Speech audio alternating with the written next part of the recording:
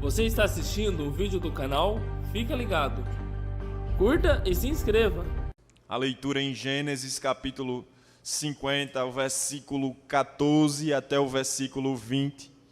Porém, eu vou retomar a leitura somente no versículo 20, que diz assim: Vós bem intentaste mal contra mim, porém Deus o tornou em bem, para fazer como se vê neste dia, para conservar em vida a um povo grande. Amém? Os irmãos conhecem essa passagem, conhecem a história, qual está sendo mencionada aqui, a história de José. José, por sua vez, filho de Jacó. E se a gente voltar no capítulo 37 do livro de Gênesis, a gente vai ver algumas características importantes deste jovem. Agora no capítulo 37, como jovem, diz os estudiosos por volta de 17 anos, mas a gente vai ver algumas características. Uma das principais características que os irmãos bem sabem é que ele era um filho protegido, um filho amado demasiadamente por seu pai, que tinha outros filhos, porém Jacó tinha uma preferência clara. Talvez por ser filho da sua esposa amada, Raquel, porque os irmãos sabem da história de Jacó. Ele se casou com Leia, enganado por Labão, pai de Leia, e se casou com Raquel, porque ele amava verdadeiramente a Raquel. Então, talvez por isso, ou ninguém vai saber exatamente o motivo, Jacó amava demasiadamente a José. E a gente vê no capítulo 37, versículo 3, uma demonstração desse amor demasiado, desse amor a mais para com José. Capítulo 37, versículo 3 vai dizer: Israel amava José mais do que a todos os seus filhos, porque era o filho da sua velhice, e fez-lhe uma túnica de várias cores. Ou seja, enquanto todos os seus irmãos tinham túnicas comuns, Jacó decidiu dar uma túnica especial a José, como demonstração de que ele amava mais a José. E o que os irmãos já sabem, mas eu vou fazer uma pergunta: o que os irmãos acham que isso encadeou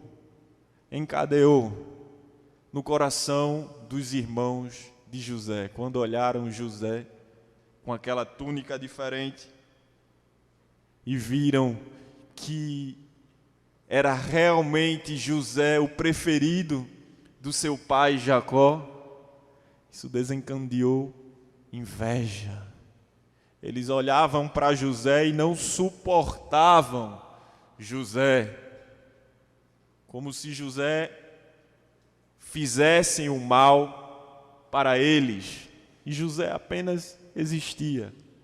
José apenas amava o seu pai, e uma das características da vida de José que a gente interpreta por toda a história, que José também honrava e amava a Deus. Então José apenas existia, mas os irmãos de José o invejavam por causa do amor do seu pai para com José. E para acabar de completar a história, a situação, José começa a ter sonhos. E sonhos, revelações de Deus, que o colocaria, pela interpretação do sonho, que era muito fácil, em uma posição acima dos seus irmãos, que já o invejavam. No capítulo 37, versículo 6, a gente vai ver José dizendo: E disse-lhes: Ouve, peço-vos, este sonho que tenho sonhado. E ele vai contar aos seus irmãos os sonhos nos versículos subsequentes. Eis que estávamos atando molhos no meio do campo, e eis que o meu molho se levantava e também ficava em pé, e eis que os vossos molhos o rodeavam e se inclinavam ao meu molho. Os irmãos já não gostavam de José, já invejavam. Quando ouviram José contar este sonho, é como se subisse a ira dos seus irmãos. E ele ainda continua, no versículo 8. Então lhe disseram seus irmãos: tu, pois, deverás reinar sobre nós, tu terás domínio sobre nós. Por isso, tanto mais o aborreciam por seus sonhos e por suas palavras. E José continuou, porque no versículo 9 diz assim: e sonhou ainda outro sonho, e contou novamente aos seus irmãos, e disse: eis que ainda sonhei um sonho, eis que o sol e a lua e 11 estrelas se inclinavam a mim. Quantos irmãos José tinha? 11. Então a ira dos seus irmãos subiram cada vez mais, até que certa feita os seus irmãos estavam pastoreando. Jacó manda José ir ao encontro, e lá eles veem José vindo ao encontro e diz assim: olha lá, é aquele sonhador. É aquele sonhador. Sabe de uma coisa? Vamos tramar o mal contra este sonhador. Vamos ver o que será do sonho dele. Vamos acabar com os seus sonhos. E diz a palavra do Senhor que eles pegaram a José e colocaram ele numa cova, num buraco. E diz ainda a palavra de Deus que quando eles colocaram José, que jogaram nessa cova, nesse buraco, não tinha água. Ele apenas ficou lá jogado. Sabe aquela expressão, no fundo do poço? Literalmente, José estava no fundo do poço. Seu irmão mais velho, Rúben, vendo a ferocidade de todos os outros seus irmãos, tenta: não vamos matar ele, esperem, vamos fazer de outra forma, querendo livrar, porque a ira, a inveja dos demais irmãos era grande para matar a José. Mas então eles, arrazoando entre si, têm a ideia de que estava vindo uma caravana com ismaelitas, e eles tiveram a ideia: vamos vendê-lo. Os irmãos se lembram por quantas moedas de prata foi vendido José? 20. Venderam José para os ismaelitas como escravo. Só que, porém, como diz assim, tem um porém. Por que tem um porém? Porque os sonhos de José não eram somente os sonhos de José. Tinha um Deus por trás de José, que também tinha colocado este sonho como um projeto, como propósito. Oh, glória a Deus! Porém, o sonho era muito grande. Os molhos dos seus irmãos se curvando, talvez para os seus irmãos e para José, numa interpretação bem rude, e sabendo que Jacó, o seu pai, também não era primogênito, talvez para os seus irmãos fossem: é porque ele está querendo se tornar o primogênito, é porque ele está querendo reinar aqui sobre nós, tomar o lugar do nosso pai mais para frente.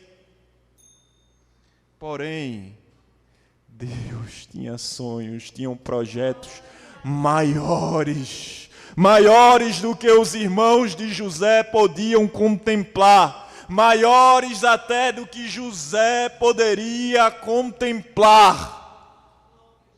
Eram sonhos maiores. O projeto de Deus era maior. E é mesmo assim que o Senhor trabalha ainda nestes dias. Porque, de uma certa maneira, Ele nos revela as suas promessas. Quantos aqui têm promessa de Deus? Muitos aqui já receberam promessas de Deus e têm promessas de Deus. Mas você sabia que Deus pode te surpreender nesta promessa? Você sabia que a promessa, aquilo que você contempla, Deus pode estar projetando algo ainda muito maior. Era este algo muito maior que Deus tinha na vida de José. Seus irmãos não compreendiam. Jacó também não compreendia. José também não compreendia. Mas o Deus do céu estava trabalhando em meio à aflição, em meio à angústia de ser jogado pelos seus irmãos no fundo do poço, em meio à angústia de ser vendido como escravo.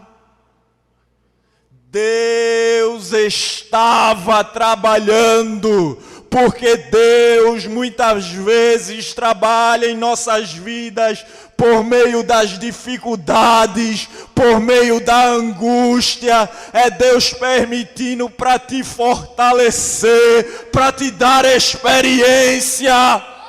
Aleluia! José era muito imaturo, não tinha experiência, tanto que ele, quando sonhava um sonho, ia correndo contar aos seus irmãos numa imaturidade. Mas a posição que José teria que assumir lá na frente, teria que ser alguém de maturidade, alguém de sabedoria, alguém de experiência. Aí Deus disse assim: vem, José, eu vou permitir algumas situações para te dar maturidade, José, para te dar experiência, José. Deus permite algumas situações na tua vida, porque Ele quer te dar maturidade, Ele quer te dar experiência com Ele, Ele quer demonstrar que na tua vida, mesmo em meio às aflições, mesmo em meio às dificuldades, Ele estará contigo. Ele estará contigo quando passares pelo fundo do poço, sem água, e água representa o que? Vida. Então José passou por este fundo do poço, sem água, talvez sem vida.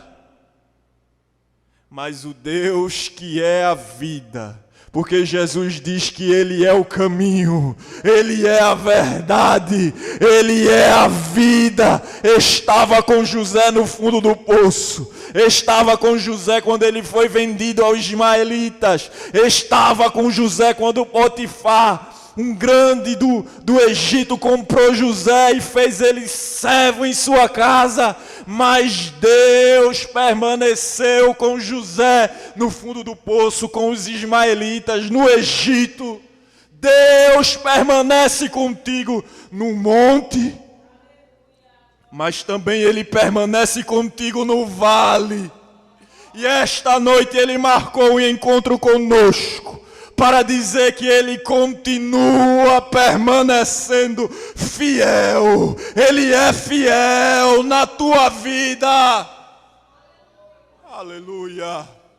Ainda que não pareça, ainda que tudo diga que é o contrário, que Deus te abandonou, que Deus te deixou, e talvez venha até pensamentos na tua cabeça, pensando que Deus não te ouve, que Deus não escuta a tua oração, porque tu já oraste tanto, que parece que a promessa ficou lá atrás. Sabe quanto tempo José esperou para que se cumprisse esta promessa? 13 anos. Aleluia. Que ele sonhou os sonhos. Só 13 anos depois que veio se cumprir, era a promessa de Deus. Pode passar o tempo que for, igreja.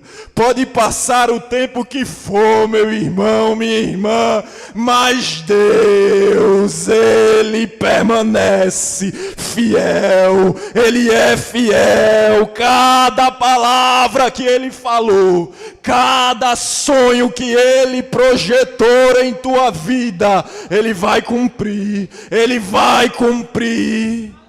Mas tem o processo, tem o amadurecimento, tem as experiências que é necessário passar. É necessário passar pela experiência, é necessário passar pela mão daquilo que a Bíblia chama da mão do oleiro. Por mais que esteja doendo, por mais que esteja difícil, o Espírito Santo de Deus nos convidou aqui esta noite para falar conosco e dizer: estás nas minhas mãos, ainda que tenha angústia, ainda que tenha aflição, mas eu permaneço contigo e permaneço trabalhando na tua vida.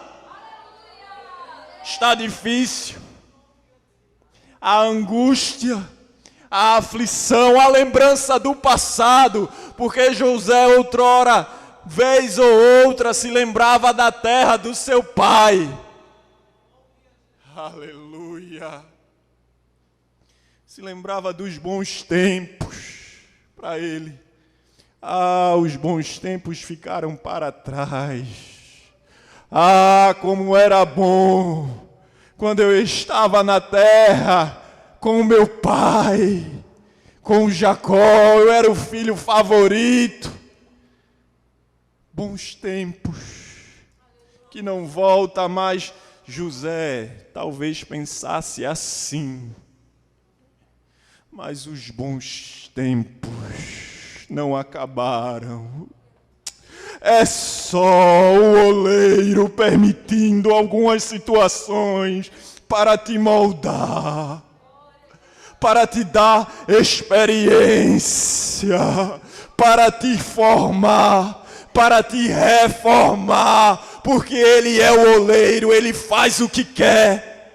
Você muitas vezes falou: Senhor, eu entrego a minha vida em tuas mãos. Aí vem o oleiro trabalhando, amassando, permitindo situações e a gente fica querendo chiar. Mas não entregaste a tua vida nas mãos do Senhor.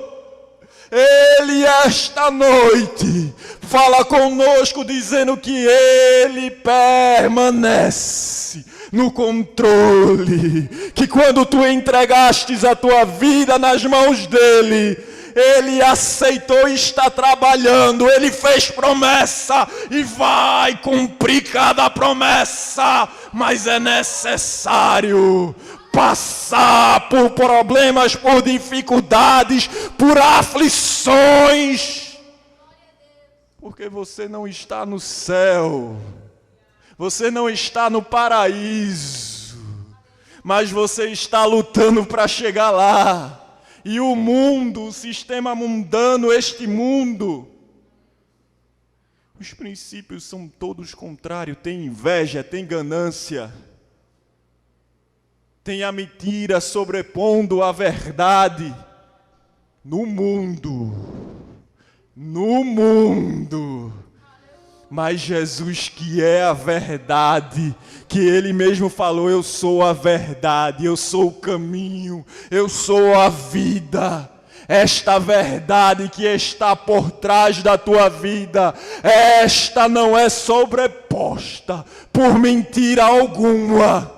E talvez Satanás esteja buzinando na tua cabeça dizendo: a promessa é coisa do passado, o tempo acabou, é coisa do passado, não tem nada mais, não tem perspectiva lá na frente. Aí Jesus nos trouxe hoje para dizer: olha para mim, que sou o autor, que sou o consumador da tua fé. Não é para o passado, é para olhar para Jesus, que olhando para Jesus ele vai trabalhando, ele vai fazendo, e no tempo certo Deus vai cumprir cada palavra que ele falou a respeito. E você? Oh, glória a Deus. Oh, glória a Jesus. E eu acho interessante, irmãos, que Isaías, capítulo 64, versículo 8, diz assim: mas agora, ó Senhor, Tu és o nosso Pai. Nós somos o quê? Nós o barro. Aleluia.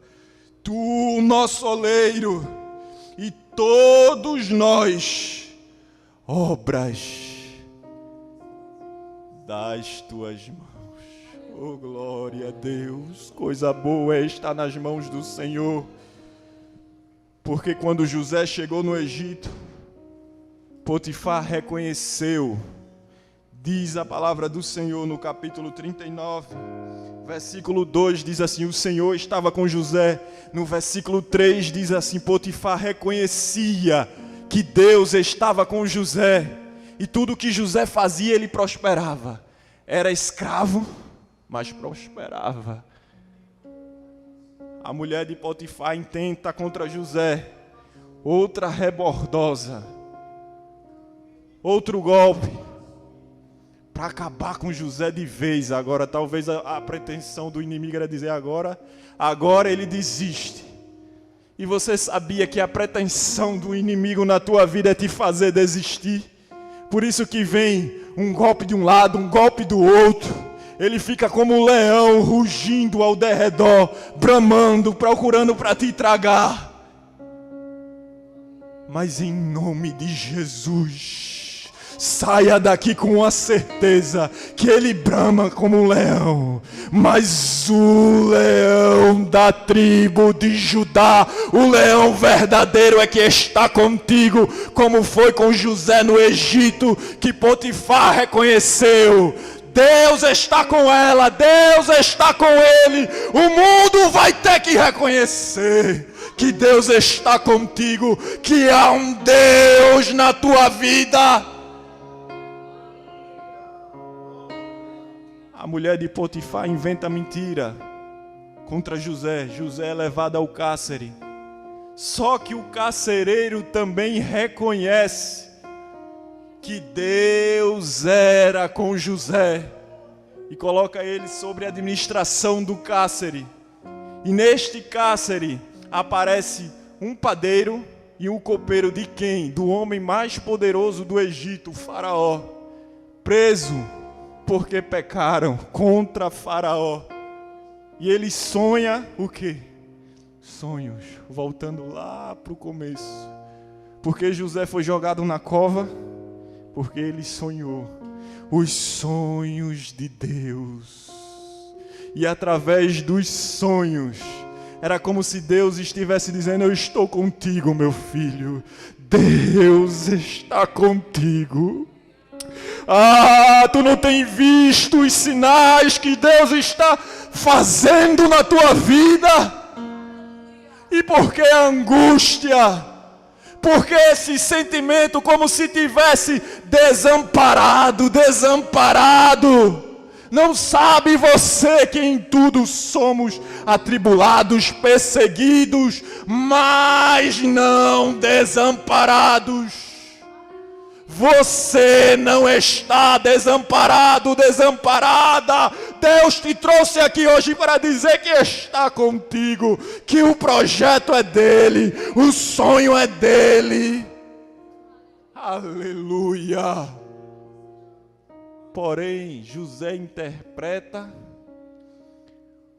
o copeiro volta a servir Faraó, o padeiro morre, só que ele tinha dado um recado ao copeiro. Se lembra quando tu estiver diante do faraó, porque eu sou servo aqui nesta terra, mas eu fui filho do meu pai. Começa a se lembrar do passado, talvez com a esperança de que faraó visse ele, retrocedesse e dissesse assim: vá para o seu pai, vai apontar Jacó.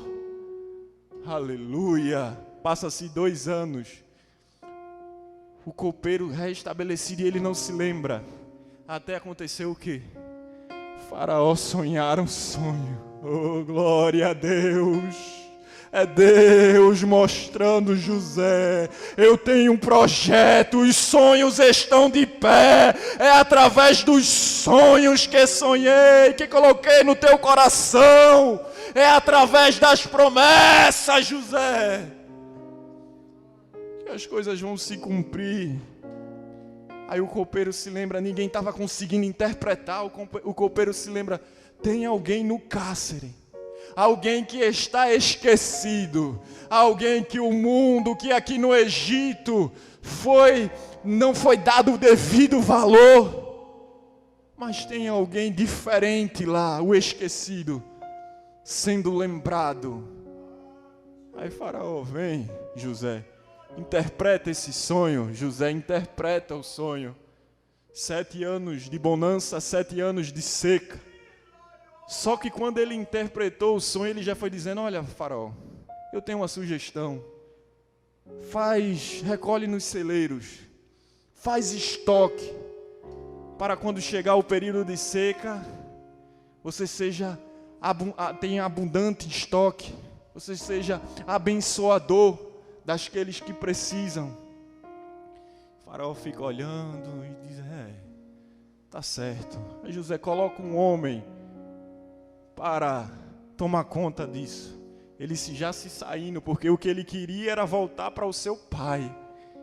Ele estava com os olhos ainda fictos no passado, porque ele não compreendia a promessa de Deus. Talvez para ele, quando voltasse ao seu pai, o seu pai é vamos colocar ele com direito de primogenitura, porque Jacó era nítido que amava mais José. Aí faraó olha e diz assim: quem eu vou colocar? Se eu tenho percebido que tu tens o Espírito do Deus vivo.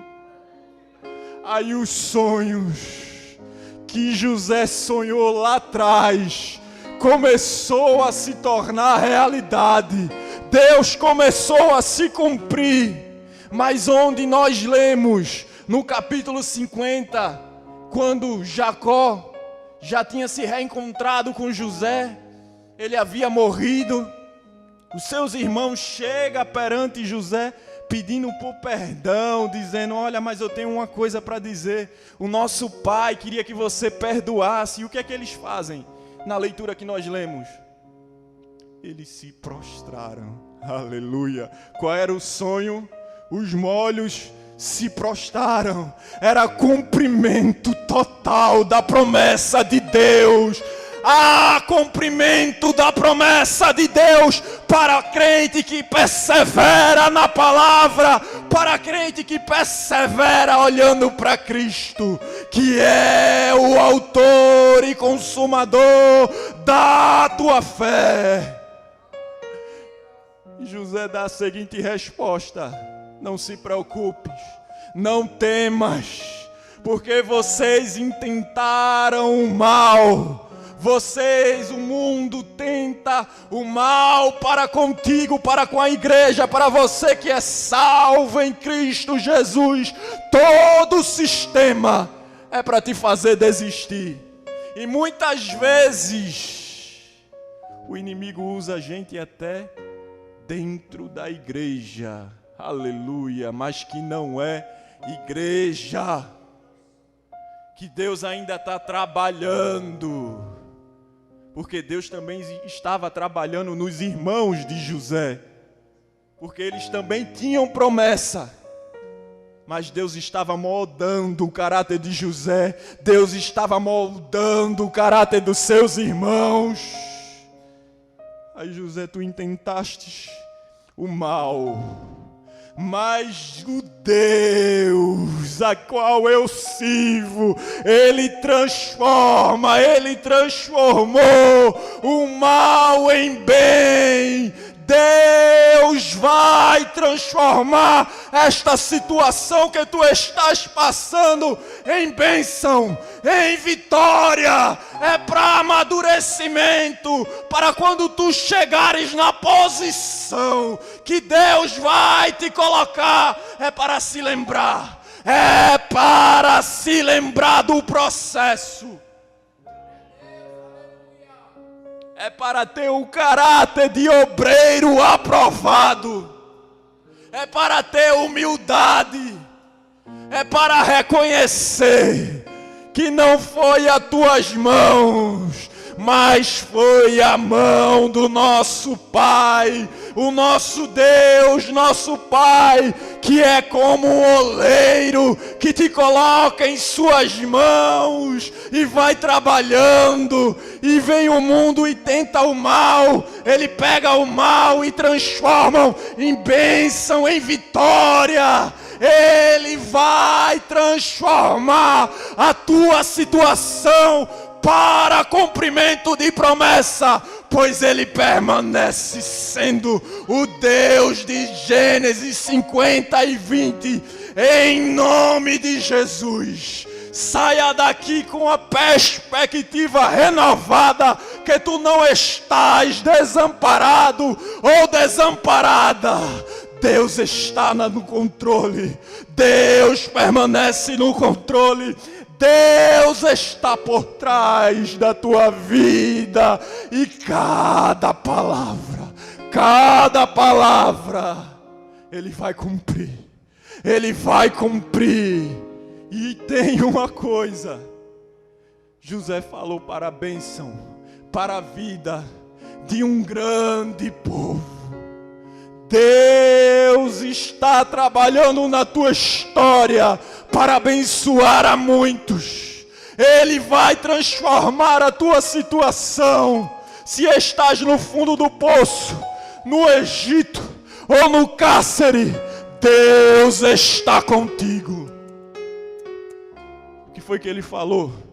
Eis que estou convosco até a consumação do século. O Deus de José está reafirmando promessas, e em nome de Jesus, esse espírito de querer desistir, parar, se sentir desamparado, em nome de Jesus, esse espírito vai sair e vai entrar agora o gozo do Espírito Santo, o toque do Espírito Santo, te dando vigor, te dizendo: filho, filha, ainda tem futuro. Não está no passado as promessas, não está no passado a tua vitória, é no futuro. É no futuro. E eu chamo as coisas que ainda vai existir como se já fosse hoje. Então saia daqui já de posse da promessa, já de posse da vitória, em nome de Jesus.